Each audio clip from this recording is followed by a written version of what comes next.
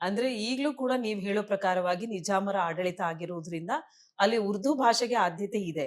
ಆದ್ರೆ ಆದ್ಯತೆ. ಅವಾಗಿನ ಕಾಲದಲ್ಲೇ ನೀವು ಉರ್ದು ಇಂದ ಕನ್ನಡ ಮೀಡಿಯಂ ಸ್ಟೂಡೆಂಟ್ ಆಗಿ ಹೊರಹೊಮ್ತೀರಾ. ಹೌದು. ಕನ್ನಡದ ಕವಿಯತ್ರಿಯಾಗಿ ಇವತ್ತು ಹೆಸರು ಮಾಡ್ತಾ ಇದ್ದೀರಾ. ಈ ಮೊದಲ ಸ ಕವಯಿತ್ರಿ. ಮೊದಲನೇ ಕವಿಯತ್ರಿ. ಹೌದು. ಆ, ಕನ್ನಡದ ಮೊದಲನೇ ಕವಿಯತ್ರಿ, ಮುಸ್ಲಿಂ ಮುಸ್ಲಿಂ ಸ ಜನಾಂಗದಿಂದ ಬಂದಂತಹ ಮಹಿಳೆ.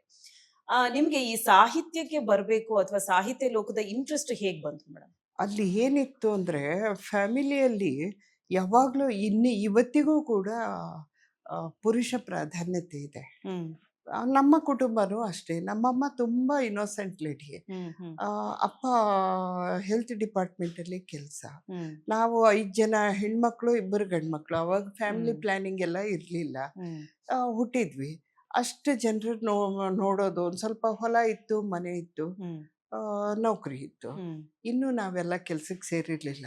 ಕನ್ನಡ ಮೀಡಿಯಮ್ ಓದೋದು ಅದು ಅಂತಂದರೆ ನಮಗೆ ಓದಿನ ಜೊತೆಗೆ ಕೆಲಸನೂ ಮಾಡಬೇಕಾಗಿತ್ತು. ಹೌದು. ನಮ್ಮಪ್ಪ 7ನೇ ಕ್ಲಾಸ್ ಆದಮೇಲೆ ಇನ್ನು ಓದ್ಕೂಡ್ದು ನೀನು ಸಾಕು.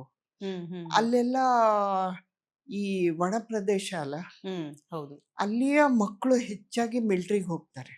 ಹ್ಮ್ ಹ್ಮ್ ಹ್ಮ್ ಈ ಬೆಳಗಾಮು, ಗುಲ್ಬರ್ಗ, ಹ್ಮ್ ಬಾಂಬೆ ಪ್ರದೇಶದ ಬಹಳಷ್ಟು ಮಕ್ಕಳೆಲ್ಲ ಮಿಲ್ಟ್ರಿಗೆ ಸೇರ್ತಾರೆ. ಹ್ಮ್ ಯಾಕೆಂದರೆ ಅದು ಒಂದು ಸೇಫ್ ಜಾಗ, ಅಥವಾ SLC ಓದಿದ ನಂತರ ಒಂದು ಒಳ್ಳೆಯ ಸ್ಥಾನ ಹಾ ಸಿಗುವಂಥ ಜಾಗ ಅಂತ ಅಲ್ಲಿ ಜನಗಳ ಒಂದು ಹ್ಮ್ ನಂಬಿಕೆ.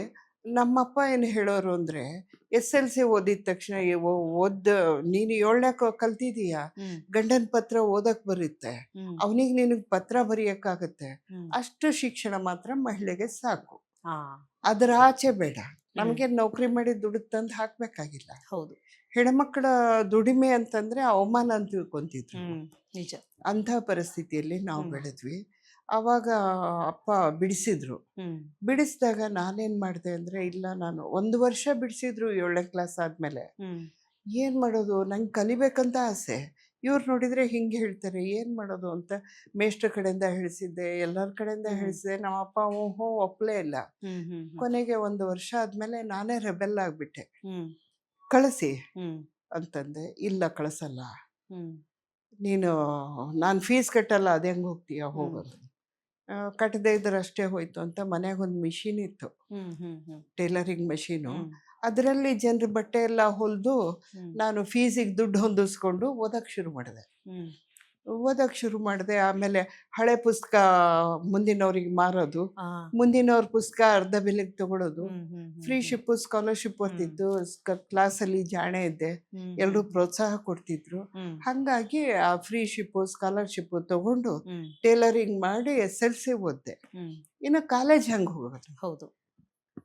ಹೆಚ್ಚಿನ ಫೀಸ್ ಬೇಕಲ್ಲ, ಹ್ಮ್ ಏನು ಮಾಡೋದು ಅಂತ APMCಗೆ ಹೋಗಿ ಇಂಟರ್ವ್ಯೂ ಕೊಟ್ಟು ಬಂದೆ ಒಂದು. ಆ ಅವಾಗೆಲ್ಲ ಹಿಂಗಿರಲಿಲ್ಲ KPSC ಅದೆಲ್ಲ. ಹ್ಮ್ ಆವಾಗ ಇದಿತ್ತು, ಎಂಪ್ಲಾಯ್ಮೆಂಟ್ ಎಕ್ಸ್ಚೇಂಜ್ ಆಫೀಸ್ಗಳಿದ್ವು. ಓಕೆ. ಎಂಪ್ಲಾಯ್ಮೆಂಟ್ ಎಕ್ಸ್ಚೇಂಜ್ ಆಫೀಸಿಗೆ ಹೋಗಿ ಎಂಟ್ರಿ ಮಾಡಿ ಬಂದು 3 ತಿಂಗಳಿಗೆ ಇಂಟರ್ವ್ಯೂ ಬಂತು. ಹ್ಮ್ ಹ್ಮ್ ಹ್ಮ್ ಹೋಗಿ APMCಲಿ ಇಂಟರ್ವ್ಯೂ ಮಾಡಿದೆ.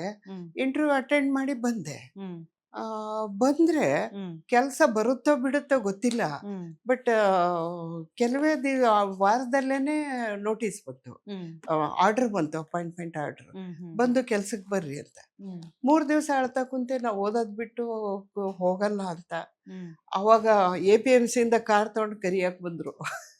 ಓ ಸರಿ. ಆವಾಗ ಹಾ. ಹಂಗಿತ್ತು. ಹ್ಮ್ ಹ್ಮ್ ಹ್ಮ್ ಇವಾಗ ನಿಂತು ಆರ್ಡರ್ ಹೌದು ದುಡ್ಡು ಹೌದು. ಕೊಟ್ಟು ಏನೇನೋ ಹ್ಮ್ ಮಾಡಿ ಹ್ಮ್ ರೆಕಮೆಂಡ್ ಮಾಡಿ ಆರ್ಡರ್ ತಗೋಬೇಕು. ಹೌದು ಹೌದು. ಅವಾಗ ಹಂಗಿತ್ತು. ಹ್ಮ್ ಕಾರ್ ತಗೊಂಡು ಕರಿಯಕ್ಕೆ ಬಂದರು. ಹೋಗಿ ಹ್ಮ್ ಅಳ್ತಾನೆ ಹೋದೆ. ನಮ್ಮಪ್ಪ ಹೋಗಿ ಮಾಡವ, 1 ತಿಂಗಳು ಇಷ್ಟ ಬಂದ್ರೆ ಮಾಡು, ಇಲ್ಲ ಬಿಡುವಂತೆ ಅಂತ. ಹ್ಮ್ ಹೋಗಿ ಮಾಡಿದೆ, ದುಡ್ಡು ಹ್ಮ್ ಬರಕತ್ತಲ್ಲ, ಹ್ಮ್ ಖುಷಿ ಆಯಿತು. ಮುಂದೆ ಹ್ಮ್ PUCನೂ ಓದಕ್ಕೆ ಶುರು ಮಾಡಿದೆ.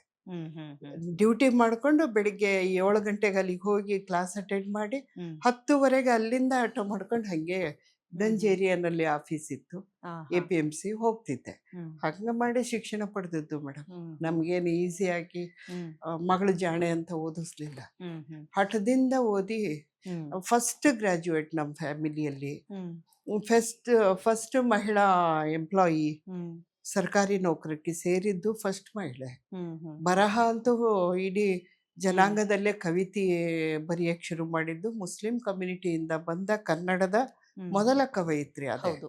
1975ರಿಂದ ಬರೀತಾ ಬಂದೆ. ಹ್ಮ್ ಹ್ಮ್ ಹ್ಮ್ ಹ್ಮ್ ಹಾಗೆ ಹ್ಮ್ ಶುರುವಾಯಿತು.